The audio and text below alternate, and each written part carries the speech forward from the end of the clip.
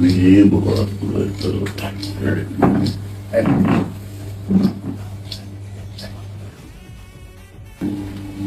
ಬಡವರಿಗಾದ್ರೆ ನಾವು ಯಾರ ವೈಯಕ್ತಿಕ ದ್ವೇಷ ಎಲ್ಲ ಪರವಾಗಿದ್ದಾರೆ, ಅದರಿಂದ ನಾವು ಹೋರಾಟ ಮಾಡೋದು. ಇವತ್ತು ಅವನು ಏನು ಹೇಳಿದಾರೆ ಒಂದು 3 ಪತ್ರಿಕೆ ಅದನ್ನೇ ಇಟ್ಕೊಂಡು ಹೇಳು. ಎಷ್ಟು ಸತ್ಯ ಎಷ್ಟು ಅಸತ್ಯ. ಈ ಸುಳ್ಳಿನ ಸೆರೆಮೋನೆಯಿಂದ ಈ ಬಿಡಲಿನಲ್ಲಿ ಜನಕ್ಕೆ ದ್ರೋಹ ಮಾಡಲು ಹೊರಟಿದ್ದಾರೆ ಮುಖ್ಯಮಂತ್ರಿಗಳು. ನೇರವಾಗಿ ಹೀಗೆ ಸುಳ್ಳಿನ ಸೆರೆಮಾಲೆ ಬರೀ ಎಲ್ಲ ಸುಳ್ಳು ಹೇಳ್ಕೊಂಡು ಬಂದಿರುತ್ತೆ. ಇದರಿಂದ ಜನತೆಗೆ ಈ ಬಡವರ ಬಟ್ಟೆ ಮೇಲೆ ಹೊಡಿಲಿಕ್ಕೆ ಹೊರಟಿದ್ದಾನೆ ಮಾಡಿದ್ರು. ಅವನಿಗೆ 93 ವರ್ಷ ಆಗಿರಬಹುದು. ನಾನು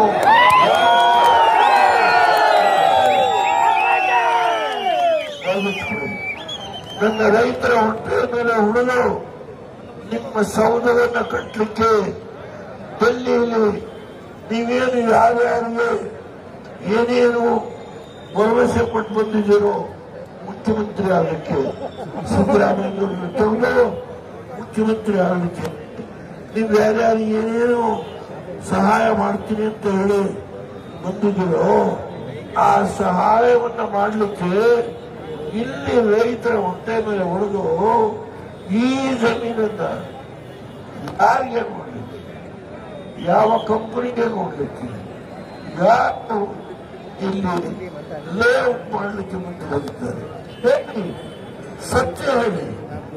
ದಯಮಾಡಿ ಕೈ ಪ್ರಾರ್ಥನೆ ಮಾಡ್ತೇನೆ. ಇವತ್ತು ನೀವು ಹೇಳಿದ್ರಿ ಅವರ ಹೇಳಿಕೆಯಲ್ಲಿ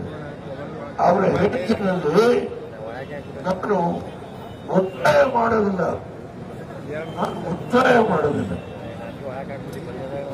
ಅವರಾಗೆ ಕೊಟ್ಟರೆ ತಗೊಳ್ತೀನಿ. ನೀವು ಮಾತನ್ನ ಹೇಳ್ತಾರೆ, ನಾನು ಒತ್ತಾಯ ಮಾಡೋದು. ಯಾಕೆ ಈ ಮನಸ್ತಾಯಿ ಧೋರಣೆ? ಮಾಗಡಿ ವಿಧಾನಸಭಾ ಕ್ಷೇತ್ರದ ಬಿಡದಿ ಭಾಗದ ಜನ ತಪ್ಪೇನು ಮಾಡಿದ್ದಾರೆ? ರಾಮನಗರದ ಆರೋಹಳ್ಳಿ ಭಾಗದ ನಮ್ಮ ಒಡೆಯರಹಳ್ಳಿ ಭಾಗದ ರೈತರೇನು ತಪ್ಪು ಮಾಡಿದ್ದಾರೆ? ಯಾಕೆ ಈ ಮನಸ್ತಾಯಿ ಧೋರಣೆ? ನಿನ್ನೆ ದಿನ ಈ ಒಂದು ಪಾದಯಾತ್ರೆಗೆ ಕಾಂಗ್ರೆಸ್ನವರ ಮನಸ್ಸಿನಲ್ಲಿ ಇವತ್ತು ನಡ್ಕ ಹುಟ್ಟಿದೆ ಅನ್ನೋದಕ್ಕೆ ಒಂದು ಸಾಕ್ಷಿ ಇವತ್ತು ರಾಜ್ಯ ಸರ್ಕಾರ ನಡೆಸ್ತಾ ಇರ್ತಕ್ಕಂಥವ್ರು ಇವತ್ತು ಎಷ್ಟು ಗಾಬರಿಯಾಗಿದ್ದಾರೆ ಅನ್ನೋದಕ್ಕೆ ನೀವು ನೋಡಬಹುದು. ಇಲ್ಲಿ ಹೋರ್ಡಿಂಗ್ಗಳು ನೋಡಬಹುದು, ಹೋರ್ಡಿಂಗ್ಗಳು ನಮ್ಮ ವಿರುದ್ಧವಾದಂತ ಹೋರ್ಡಿಂಗ್ಗಳನ್ನ ಹಾಕಿದ್ದಾರೆ. ದೊಡ್ಡ ದೊಡ್ಡ ಪುಟದ ಜಾಹೀರಾತುಗಳು ಇವತ್ತು ಎಲ್ಲಾ ಪತ್ರಿಕಾ ಹಾಗೂ ದೃಶ್ಯ ಮಾಧ್ಯಮಗಳಲ್ಲಿ ಕೋಟ್ಯಾಂತರ ರೂಪಾಯಿ ಕೊಟ್ಟು ಇವತ್ತು ಜಾಹೀರಾತುಗಳನ್ನ ಕೊಟ್ಟಿದ್ದಾರೆ. ಯಾತಕ್ಕೋಸ್ಕರ ಕೊಟ್ರೆ? ಪರಿಶೀಲನಾ ಸಮಿತಿ ಮಾಡ್ತೀನಿ ಅಂದ್ರು. 4 ವಾರದಿಂದ ಹೇಳಿದ್ರು ಮುಖ್ಯಮಂತ್ರಿಗಳು. ಯಾವತ್ತು ಪರಿಶೀಲನಾ ಸಮಿತಿಯನ್ನ ಅಧಿಕೃತವಾಗಿ ಘೋಷಣೆ ಮಾಡ್ತಾರೆ ಅಂದ್ರೆ